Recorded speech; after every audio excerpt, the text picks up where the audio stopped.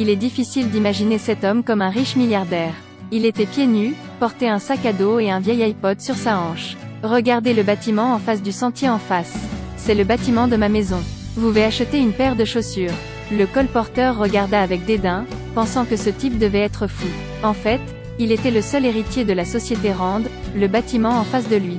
Lorsque Danny est allé à la réception pour signaler qu'il voulait voir le directeur général Harold Mitchum. Harold Mitchum était l'ami d'affaires de son père. Mais ce n'est pas l'oncle Harold qui est descendu le chercher, mais une bande d'agents de sécurité. Le gardien de sécurité pensait qu'il était sans abri, alors il a ignoré ce qu'il a dit. S'habiller comme ça est aussi difficile à blâmer. Danny était un peu énervé alors il entra, toujours ouvertement chassé par le gardien de sécurité. Ces gars veulent toujours se battre. Danny a l'air désordonné mais il est vraiment bon en arts martiaux. Ces gens ne sont pas les adversaires de Danny. Il a été formé comme maître d'arts martiaux dans la ville mystique de Kunlun. Il a obtenu le pouvoir divin du corps d'un dragon immortel, capable de tout détruire. En un instant, les gardes de sécurité ont tous été vaincus et sont rapidement entrés dans l'ascenseur. Il ne voulait faire de mal à personne, il voulait juste rencontrer oncle Harold et parler. Il a glissé un scan de la carte d'employé d'une fille et a pressé le dernier étage jusqu'au bureau du directeur général. Il entra et appela le nom de la personne qu'il voulait rencontrer. Où est Harold? Excusez-moi, qui êtes-vous? L'homme en face de lui était un peu chaud. Pourquoi quelqu'un a-t-il appelé directement le nom de son père? Joy. Les frères ne pouvaient pas croire qui il était pour connaître leur nom. Quand Danny a dit qu'il allait retrouver leur père, Harold, Ward s'est mis en colère et a dit à sa secrétaire d'appeler la sécurité. Pourquoi avez-vous laissé un fou monter ici? Danny essaie d'expliquer qu'il est leur meilleur ami. Je voulais juste trouver oncle Harold à qui parler. Joy a dit que mon père était mort d'un cancer il y a 12 ans. Cette phrase l'a fait ne pas savoir quoi faire. Il a dit que ses parents sont également décédés. Il s'avère qu'il y a 15 ans, la famille de Danny était dans un jet privé. En survolant le sommet du mont Everest, l'avion s'est écrasé. On ignore où se trouvent 3 personnes. 15 ans passèrent, et Danny l'oublia peu à peu. Tout le monde supposa qu'ils étaient morts. Après tout, presque personne ne survit à un accident d'avion. Et voilà qu'émergeait soudainement un sans-abri se faisant appeler Danny. Qui le croirait? Le seul héritier de cette grande corporation, même le vrai Danny, ne sera pas reconnu. Ward ne lui a pas permis de s'expliquer. Danny a insisté sur le fait qu'il voulait juste parler. Joy voulait dire à la police. Ward l'a arrêté et a continué à dire d'appeler la sécurité. Escorte de sécurité Danny dans l'ascenseur, dans son esprit la scène de l'accident d'avion à nouveau. Danny avait 10 ans alors. Danny s'est calmé. Je vais bien, nous ne nous soucions pas de vous? Les gardes de sécurité dans leur tête doivent se moquer de ce fou. Danny arrive à l'endroit où il habitait, il regarde un moment autour de lui. Sonné à la porte mais personne ne l'a ouverte. Danny a pris la clé cachée sur la pointe des pieds, mais malheureusement, la serrure a été changée.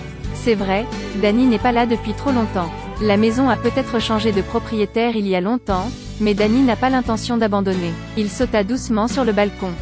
En voyant la disposition familière devant lui, sur la bibliothèque, il y a encore des photos de lui quand il était enfant. Ses parents, les propriétaires Harold et Ward, Joy, qui l'ont expulsé du bâtiment. Soudain, un chien aboya, Danny fit les 100 pas, les mains jointes, le chien se coucha lentement. Danny monta sur le toit, une scène de son enfance apparut devant lui. Danny était assis au milieu avec de longs cheveux, et Joy était à côté de lui. Ward refuse toujours d'admettre sa défaite, frappant Danny avec ses pieds. Les parents de Danny demandent ce qui s'est passé, et Ward vole même le blâme pour Danny. Chaque fois que cela se produit, Danny essaie de retenir sa colère. Et maintenant, en bas, le propriétaire est également revenu, cette personne est Joy. Danny ne reste pas. Dans Joy, Danny sont morts depuis longtemps. À ce stade, si Danny allait voir Joy, il serait accusé d'intrusion. Cette nuit-là, Danny a dormi dans le parc. Il alluma le lecteur de musique, feuilleta le livre et médita. Tôt le lendemain matin, il est allé trouver Joy. Joy avait toujours très peur et a envoyé un SMS pour appeler le garde du corps. Si vous continuez à m'embêter, je vous poursuivrai en justice. Danny a indiqué sa date de naissance et son lieu de naissance, et a déclaré que le nom de l'équipe qu'il jouait auparavant était les Bombers. Vous êtes aussi un gardien de but. N'importe qui peut trouver cette information en ligne. De toute évidence, ce qu'il a dit n'était pas convaincant. Danny dit que Joy vit dans la maison de Danny. C'est ma maison. Votre chien est féroce. Joy a paniqué. Vous êtes entré par effraction dans ma maison. Pas étonnant que le chien ait été enfermé dans le bureau. Danny l'a dit accidentellement. Et maintenant que les gardes du corps étaient arrivés, Danny recula. Soudain, un taxi est arrivé, seulement pour le voir faire des sauts périlleux puis se tenir fermement sur la route. Joy était surprise, son visage rempli d'incrédulité. Tout ce que Danny a dit n'a pas fonctionné, alors il est parti. Danny resta immobile, les yeux fermés, et dans le ciel un faucon passa. Le faucon perché sur le bâtiment regarde dans toutes les directions. Danny ouvrit les yeux et il s'avéra qu'il pratiquait le tai chi dans le parc. Une personne a mis de l'argent dans le couvercle de son bocal, c'était une jeune fille en manteau rouge. Danny vient et explique qu'il n'est pas sans abri. La fille a dit que ça allait, il a pris le dépliant ci-dessus. Est-ce l'art martial que vous enseignez? La fille répondit poliment, ne voulant clairement pas se soucier de lui. Danny a de nouveau utilisé le chinois pour démarrer une conversation. Colin Wing, est-ce un nom chinois? Pourquoi enseignez-vous l'escrime japonaise? Dans quel but demandez-vous? Rien, je veux juste trouver du travail.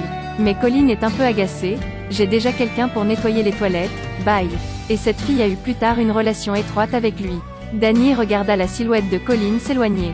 Danny est rapidement allé voler la voiture de Ward, il l'a rapidement poursuivi et pointé son arme sur lui et lui a dit d'arrêter la voiture. Danny est très en colère, je veux juste te trouver pour parler, ne pointe pas l'arme sur moi. Danny a arrêté la voiture, à partir du moment où je suis rentré ici, que de la colère et de l'hostilité. Je le répète, posez le pistolet. Et Ward n'écoutait toujours pas, pointant à nouveau l'arme sur lui. Danny a attrapé le pistolet, l'a pointé sur lui et lui a dit de ressentir ce sentiment. Danny a jeté l'arme de côté. Ward a dit, ne vous attendez pas à recevoir un centime à votre retour. Je n'ai pas dit que je prendrais l'argent. Pourquoi l'avion de ma famille s'est écrasé, et vous ne pensez pas que ce soit un accident? Danny était tellement en colère qu'il a appuyé sur la pédale d'accélérateur, donnant à Ward l'impression qu'il avait perdu un être cher devant lui. La scène d'un accident d'avion apparaissait toujours devant moi. Danny a complètement perdu la tête. Arrête la voiture. Lorsque Ward a crié de s'arrêter, Danny a appuyé sur le frein et a tourné la voiture contre la balustrade pour que rien ne se passe. Il est sorti de la voiture et s'est éloigné. Colin était dans le dojo quand Danny est entré et a dit qu'il voulait défier son maître. Colin a souri et a dit, « Que veux-tu? Je veux combattre ton maître. Je suis le maître ici, je n'accepte pas le défi. » Danny a dit que je pouvais enseigner ici, j'enseigne les arts martiaux et vous enseignez l'escrime. Colin dit que je ne veux pas déranger, c'est l'heure de la fermeture. Danny voulait aussi insister. Je vais l'utiliser pour te frapper au visage. Colin lui a dit de sortir d'ici et Danny s'est incliné poliment. Il était à l'origine le fils d'un milliardaire, mais il n'avait même pas de chaussures. Colin lui a jeté une paire de chaussures. Danny était assis devant la porte avec ses chaussures, quand soudain un homme noir l'a attaqué. Danny le reconnut. Vous suis agent de sécurité chez Rand Corporation. Il a sorti une arme et a tué Danny mais a échoué. Puis il s'est enfui, derrière de plus en plus de gens qui le poursuivaient, Ward a envoyé quelqu'un pour le tuer. Le mur est haut, Danny n'a qu'à monter 2 marches pour le franchir. Le dos a commencé à lui tirer dessus.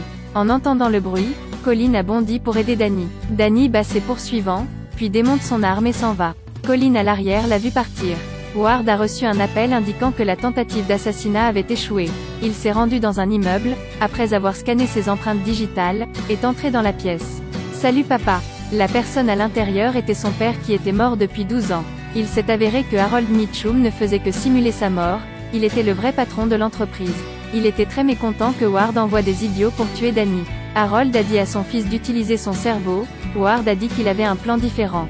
Joy est allée au bureau le lendemain matin, Danny était déjà assis sur le canapé. Elle était très curieuse de lui demander comment il était entré ici. Danny dit que c'est ma deuxième maison, il connaît beaucoup de coins et recoins. Joy lui versa un verre d'eau et les deux se préparèrent à parler. Danny a été très honnête en racontant l'histoire qu'il a rencontrée. Alors qu'il racontait l'histoire, il se sentit soudain un peu étourdi. Puis s'est levé puis est tombé, ce qui s'est avéré être un complot de la part de deux. Ceci est l'épisode 1 de la série, rendez-vous dans l'épisode 2.